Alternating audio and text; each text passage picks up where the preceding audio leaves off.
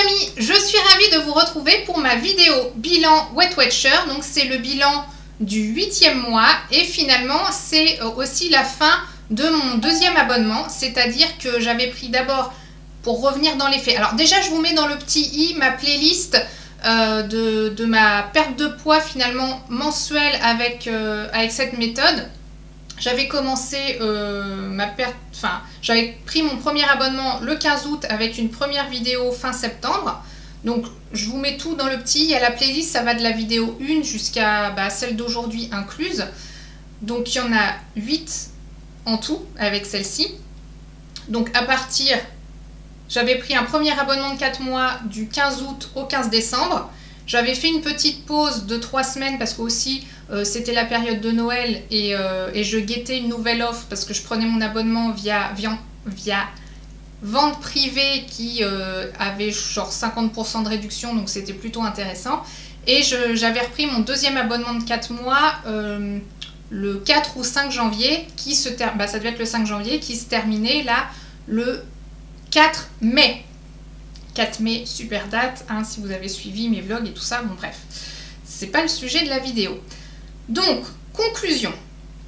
Je vais essayer d'abord de conclure avant de vous donner mes poids juste de ce mois-ci comme je fais les autres fois. Pour ceux que ça intéresse d'entrer dans le vif du sujet, le bilan grosso modo de cette perte de poids avec Weight Watcher, c'est que pendant les 4 premiers mois, donc ma première phase d'abonnement, j'ai perdu 7 kilos, donc j'étais très contente.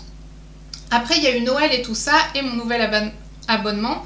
Et avec les fêtes, et malgré le nouvel abonnement, j'ai quand même eu du mal à noter tout le temps ce que je mangeais et tout ça. J'ai pas réussi à me remettre dedans à fond, mais j'ai pas lâché l'affaire. J'étais toujours dans cette optique de perte de poids. Ce qui fait que finalement, à ce jour, c'est comme si j'avais perdu 6 kilos en tout. C'est-à-dire que en gros, de janvier à aujourd'hui, c'est comme si j'avais plus ou moins stabilisé mon poids, parce que ça doit être comme si j'avais repris 1 kg. D'ailleurs, j'ai même pas fait le calcul exact depuis le début, j'aurais peut-être dû. Si, en fait, je peux dire que j'ai, de toute façon, avec la méthode, j'ai perdu 7 kg, donc que j'ai perdu en 4 mois, et finalement que j'ai stabilisé les 4 mois suivants, même si je voulais continuer de perdre du poids. J'ai pas fait ce qu'il fallait pour perdre du poids parce que j'avais plein d'excès, hein. Si vous avez suivi mes vidéos précédentes, c'était voilà, je suis pas parfaite. Je sais en plus toujours, j'en ai tellement conscience que cette période de l'année, de janvier au début de l'été, enfin on va dire que de janvier à août, je suis toujours en phase de reprise de poids. Donc en fait là j'ai limité la casse. Et je sais qu'en général, à partir de septembre, je suis remotivée à bien manger tout ça et je repère. Sachant aussi que, alors, je le redis, je fais 1m60, donc je ne suis pas bien grande. Et à ce jour, je fais 64,3 kg.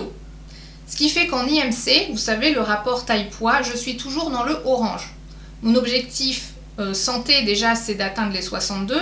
Et mon objectif forme et bien dans mon corps, c'est 58 kg pour avoir une marge de... C'est totalement psychologique, pour avoir une marge de 2 kg qui fait que si j'arrive à... Parce qu'on n'a jamais un poids complètement stable, hein, entre nous, on sait bien. Pour que quand j'arrive à 60, que je vois le 6, que j'ai une sonnette d'alarme, comme ce qui m'arrivait en fait ces dernières années quand j'arrivais à 70. Sauf que là, j'étais montée à 71,2, 3, je ne sais plus. Je ne veux plus le savoir, bon bref. Donc ça a bien fonctionné, mais comme toute méthode, déjà c'est pas un régime, je tiens à le redire, parce qu'un régime c'est restrictif. Là c'est de réguler sa façon de manger et de reprendre des bonnes habitudes, des bonnes quantités, de prendre conscience des aliments qui sont bons ou non pour la santé. On ne vous interdit pas de manger du chocolat, on ne vous interdit pas de manger des glaces, on vous préconise plutôt de manger effectivement des légumes, des protéines, des œufs, de la viande, du poisson, mais on ne vous interdit pas le reste. Et même le reste est indispensable pour bien vivre cette période. Bon, comme je l'ai déjà dit et je le redis, moi mon objectif c'est de bien manger pour le restant de ma vie. C'est-à-dire que je me mets pas en mode perdre du poids, parce que comme dit mon chéri, psychologiquement, perdre, au bout d'un moment, quand tu perds quelque chose, tu as envie de le retrouver. Donc le but, c'est pas de perdre du poids pour perdre du poids, c'est juste de retrouver un poids qui me convienne, du moins un corps dans lequel je me sente bien. Ça, c'est la première chose. Donc je vais vous donner mes poids de ce mois-ci. Vous savez, je me pèse tous les vendredis. Enfin, je dis vous savez, je sais que ça peut déranger certaines personnes qui découvrent ma chaîne juste avec cette vidéo, mais pour les habitués, c'est la méthode que j'utilise, c'est-à-dire que je fais un petit bilan mensuel. Donc pour ce mois-ci, j'ai perdu, pas de suspense, finalement j'ai quand même perdu 200 grammes.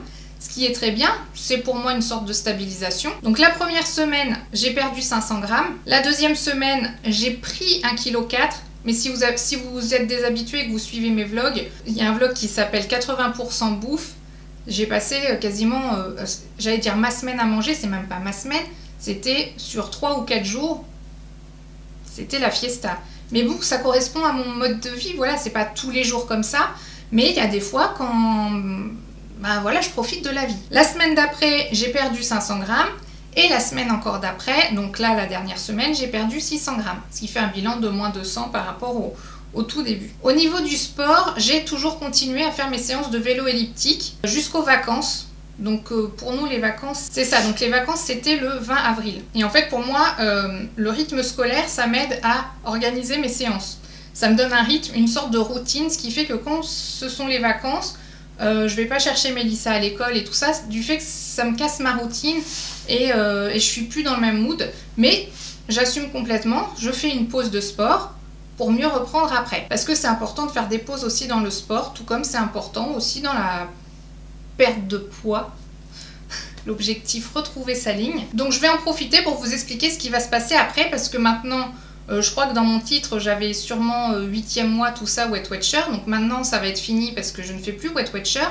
Mais dans une vidéo donc, que je vous mets dans le petit, je vous avais parlé que j'avais reçu un programme qui s'appelle VeggieFit Detox, que j'avais pu recevoir gracieusement de la plateforme Influence for Brands. Je vous en avais parlé, mais je vous avais dit que j'étais pas encore prête à le commencer. Parce que pour moi, c'est important, c'est d'être prêt psychologiquement.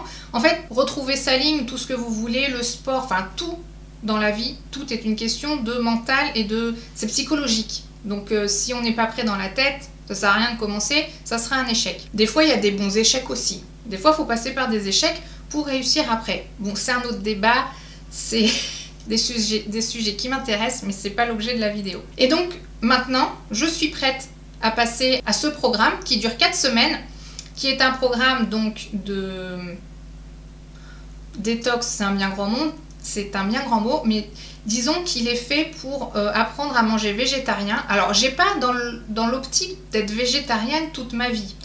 Pour reprendre l'expression de Camille du blog Camille se lance, si j'ai de la place, je mets le lien du vlog, qui a d'ailleurs écrit un livre Zéro déchet.